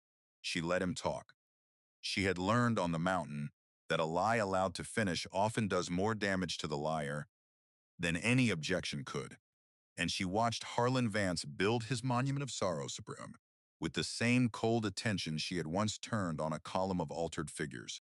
When he had finished, when the warm words had all been spent, she said only one thing, quietly, the way she had spoken to Silas Crane in the plain room of the mountain courthouse. Cornelius Ashford wrote 3 letters on that mountain, she told him. In the second one he wrote of riders on the road behind him, men who kept his pace and made no move to pass.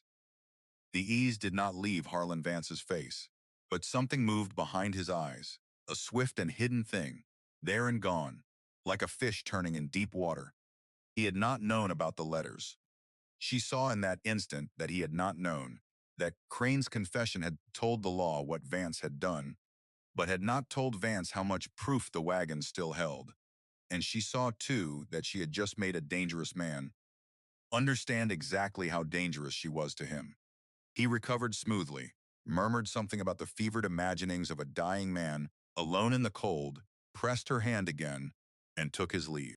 But the warmth was gone from the room when he left it, and she knew she had turned a suspicious old man into a determined enemy, and that the letters in the court's keeping were now the most important objects in the state of Virginia. That night she did not sleep.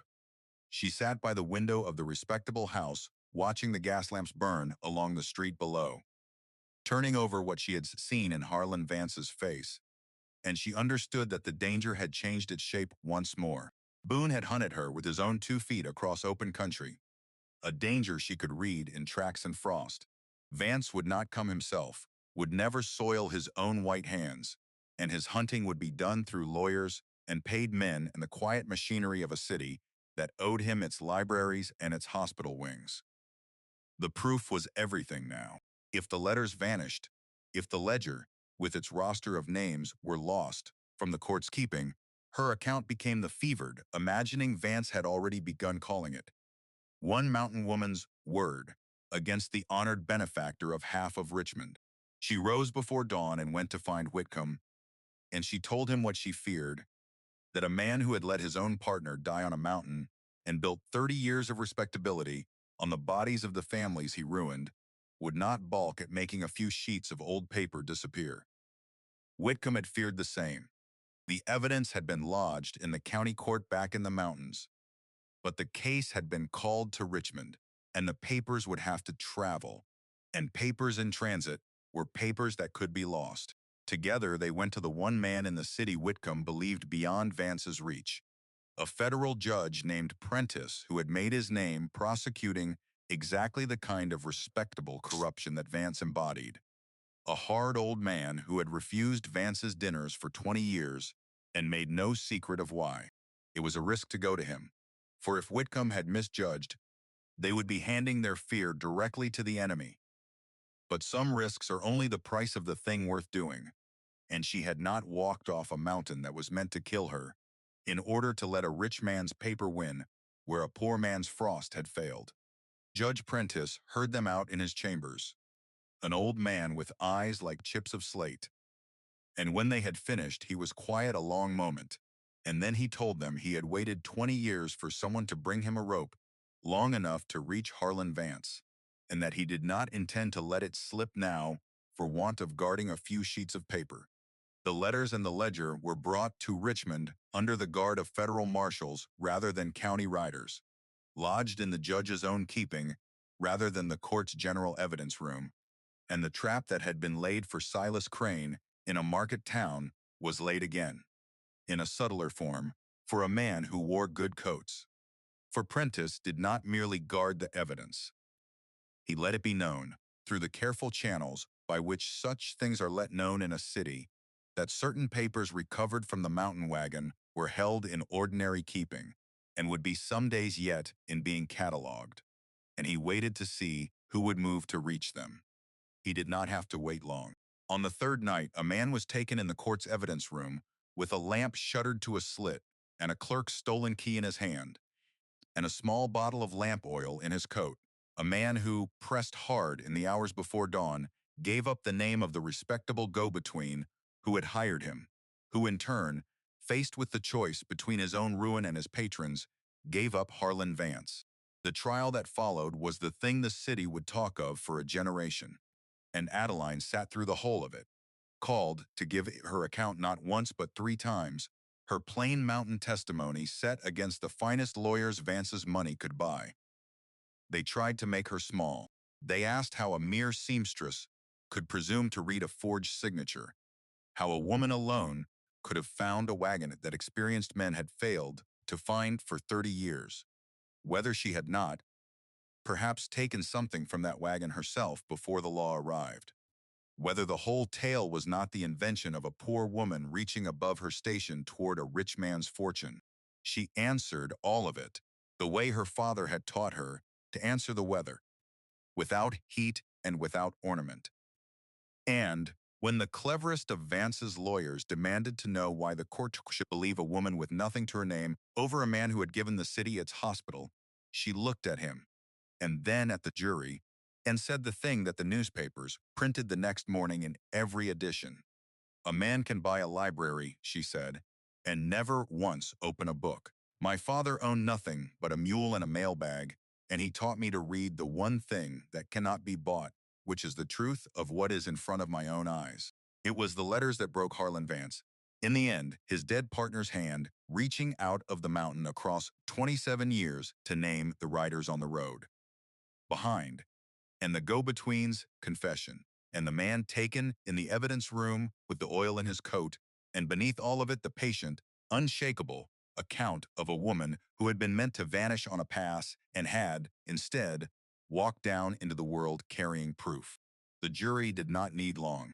Harlan Vance, benefactor of the city, honored partner of a house the world had believed him to have lost, was convicted of the long conspiracy that had swallowed the savings of a generation, and the name cut into the stone of the hospital wing was quietly chiseled away in the years that followed. Though the families he had ruined never got back the deed of belief themselves merely unlucky rather than deliberately robbed. What they got instead was the truth, and Adeline had learned on the mountain that the truth is not always a comfort, but is always in the end a kind of restitution. The dead cannot be paid back the years, she thought, watching the old man led from the courtroom. But the living can at least stop being lied to. The relief fund was the last thread to be gathered, and it was the one that mattered most to her, because it belonged not to any single family, but to a whole settlement. The row of houses that had burned before she was born, and the neighbors who had emptied their pockets to rebuild them. The organization that had gathered the money was long dissolved, its members dead, but the descendants of the families it had meant to help still lived in the same mountain hollows, and after a long process of the court's untangling, a portion of the recovered fund was set at last to its original purpose. 30 years late, it did not rebuild the houses that had burned. Those had long since been rebuilt or forgotten. It built instead a stone bridge across the creek that had flooded the settlement every spring for a generation, and a covered well in the village square, and a small schoolhouse where the children of the hollow could learn to read the letters and figures that had proven, in the end, mightier than all of Harlan Vance's money. Adeline was asked to speak when the bridge was opened, and she, who had never liked to be looked at, stood before the gathered families and said only that the money had taken 30 years and a great many hands to arrive, and that the important thing was not who had found it, but that it had finally come home.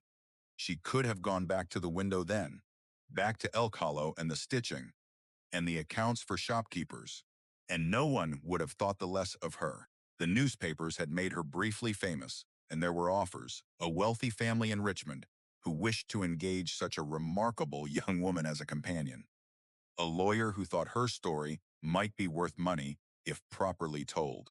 She refused them all. She had discovered on the mountain, and in the courtroom, a thing about herself, that she was not willing to set down again, that she was not made to stand at a window watching weather she was forbidden to walk out into, that she had walked out into the worst weather the world could offer and had come through it, not broken but enlarged. What she wanted was not comfort. What she wanted was the work, the reading of ledgers, and the untangling of accounts, and the returning of what had been lost to the people who had lost it. So when the court's long labor of restitution was finally done, and the green wagon her grandfather had built stood at last empty of everything but its own history, she asked to buy it. No one else wanted it. It was old and broken-wheeled and heavy with a tragedy the city would just as soon forget, and the price the court set on it was small. She had it hauled down from the mountain and taken to a wheelwright's shop in Elk Hollow, the same town where an old man named Elias Whitlock had built it a generation before, and she had the split wheel mended and the rotted boards replaced and the green paint made good, though she asked the wheelwright to leave untouched the two letters cut into the underside of the frame. Then she fitted the box out for a different kind of cargo, a narrow desk and shelves and boxes for documents and a bench that folded down into a bed, and she began to travel the mountain roads her father had carried mail along, offering to the widows and the small farmers and the shopkeepers of the hollows the one thing she had that they lacked, the ability to read a contract and keep a ledger and make certain that no one was quietly altering the figures in a column while they looked away. Within 2 years, the green wagon was known again on the mountain roads, no longer carrying the savings of half a county toward a fortune that would swallow them, but carrying instead a woman who made certain such fortunes could not be swallowed so easily again. She kept one thing from all the wealth that had passed through her hands, and it was not a watch or a ring or a coin. When the last of the restitution was settled, the descendants of the families the wagon had wronged gathered a small sum among themselves and had it made into a token for her. And what they chose was the empty watch case she had carried down off the mountain as her only proof, restored and lined with new satin, and inside it, in place of any jewel, a small plate engraved with a single line. Found by Adeline Whitlock. Returned to those it belonged to. She kept her father's knife in it, the bone-handled knife that had pried the wagon's latch, and bound her ankle and waited, unused, in her hand on the frozen ledge. And on the long evenings, driving the green wagon home along a mountain road, with the light going gold and long, she would sometimes think of the man who had left her on the pass, believing a mountain forgets, and of the grandfather whose hands had built the thing that caught her, and of the father who had taught her to read the land when the road gave out. And she understood at last the whole shape of what had happened to her, which was not luck, though the newspapers had called it luck, and was not fate, though it had felt like fate on the frozen ledge, with her fingers on the cut letters. Luck was finding the wagon. Everything after was a choice, and the choices were hers, and she had made every one of them the way her father had taught her to walk a mountain, looking not only at the road ahead, but at everything that lay on either side of it, so that when the road gave out, as roads always do, she would still know exactly where she stood.